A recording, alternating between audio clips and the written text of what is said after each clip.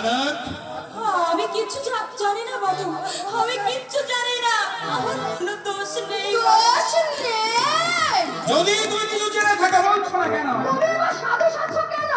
নিজে তো উচ্ছন্নে গেছো, তার উপর এই রাক্ষসীকে আমার মেয়ের পেছনে লালিয়ে দিয়েছো। ওই ম্যাডাম, ওই দেখো তুমি কাকে বলছো? এদিকে খেয়াল রেখো। থামো! তোমার চোখ জনমকে আর আমি ভয় করি না। বাড়ির ঝিকে দামি দামি শাড়ি ব্লাউজ কি জন্য কিনে দাও? এ কথা কেন বোঝে? ওই ম্যাডাম, মনে রেখো আমার কিন্তু ধৈর্যের সীমা আছে। ছি ছি ছি মা, ছি! এসব আপনি কি বলছেন মা? ওনাকে যে আমি আমার বাবার মতো শ্রদ্ধা করি। তুই চুপ কর! এই নরকের মধ্যে দাঁড়িয়ে থাকতে আমার ঘৃণা হচ্ছে। ম্যাডাম, তোমার সঙ্গে আজ আমি একটা চরম মীমাংসা করতে চাই। দুটো মৌখিক স্তব বাক্য, সবকিছু মীমাংসা হয়ে যায় না। আমার জন্যই যত অশান্তি। বাবু, আপনি আমাকে ত্যাগ করুন বাবু। সুকান্ত চৌধুরী কখনো অন্যায়ের কাছে মাথা নত করে না। ওদিন একটা অন্যায় করেছিলাম, আর সেই অন্যায় দুষ্টুকিদের মতো আমাকে ঘুরে ঘুরে খাচ্ছে, আমাকে শান্তিতে থাকতে দেয় না, তিষ্ঠতে দেয় না। সব সময় আমার সামনে ভেসে ওঠে জল ভরা দুটি চোখ।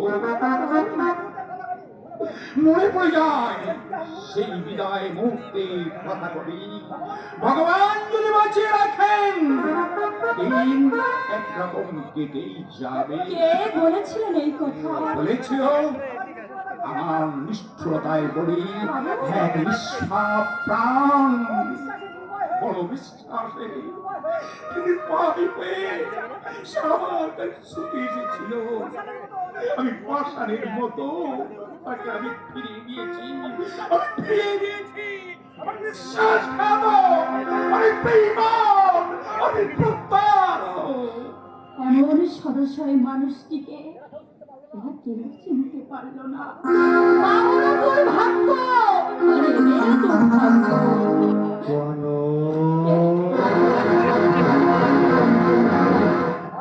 বলছিলাম যে ওই অন্ধনার ঔদ্ধত্য ব্যবহারের জন্য তুমি কিছু মনে করো না। ধনীর গৃহিণী হলেও ওর মনটা কিন্তু অত্যন্ত আমি কিচ্ছু মনে করিনি নিকুঞ্জ বাবু, মা আমাকে ভুল বুঝেছেন। ভুল ভেঙে গেলে নিজেরই অনুশোচনা আসবে। ঠিক এই জন্যই না তোমাকে আমার এত ভালো লাগে।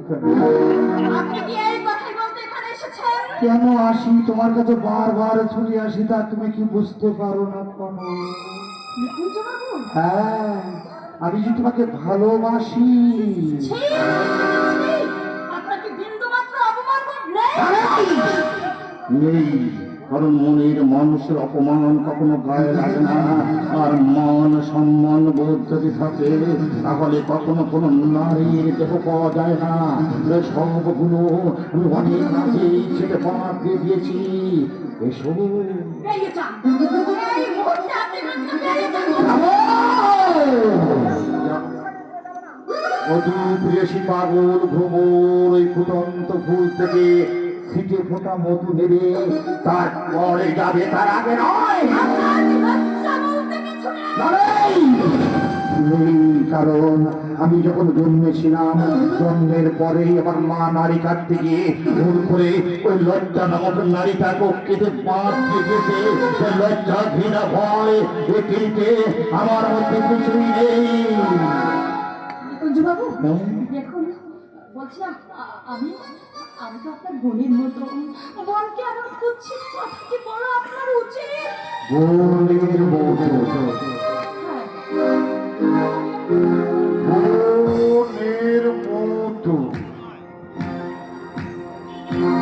নিজের মায়ের পেটের বোন তো তুমি আমার নাও, অর্থাৎ তোমার সঙ্গে অবৈধ নয়, কেউ আটকাতে পারবে না। বাড়িটা নির্জন নির্বিল ফাঁকা, তাই বলছি এই সময়টাকে হেলায় নষ্ট করো না। এসো আমার প্রত্যেকে ঝাঁকে খাবো, এসো বলছি, এসো।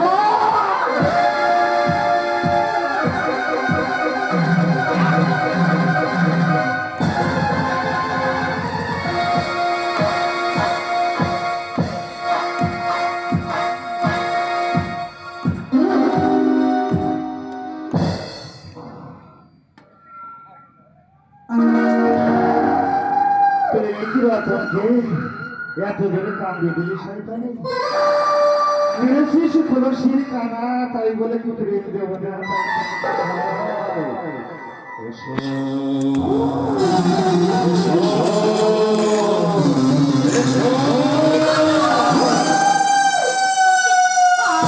পায়ে করে বলছি নিকুঞ্জ বাবু, আমার জন্ম সর্বনাশ আপনি করবেন না নিকুঞ্জ। অযোগ্য পুরুষ মানুষের যদি কোনো নারী পায়ের ধুলো নেয় তাহলে সে পুরুষকে যে নরকে যেতে হয় একথা আমার নয় শ্রীমদ ভগবত গীতায় 19 নম্বর অধ্যায়ে 21 নম্বর শ্লোকে স্পষ্ট করে লেখা রয়েছে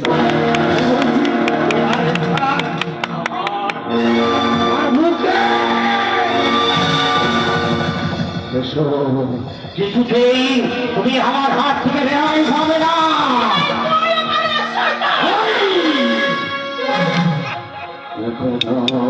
কে রেহাই পায় আর কে না পায়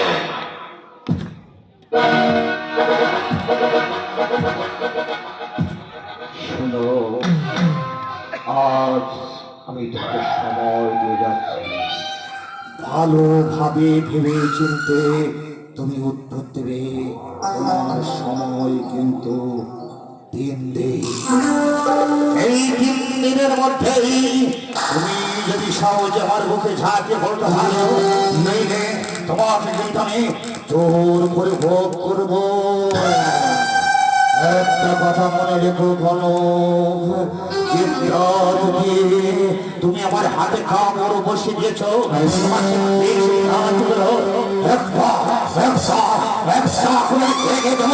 তোমার ধরে দেবো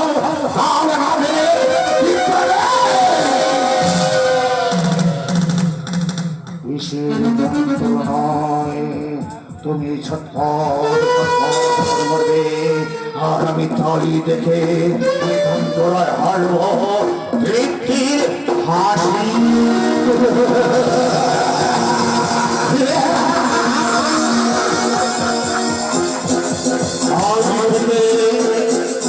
সকাল দুপুর সন্ধ্যা একটাই নাম লড়তে থাকে একটাই কথা ভাবতে থাকবে নিকুঞ্জ রায়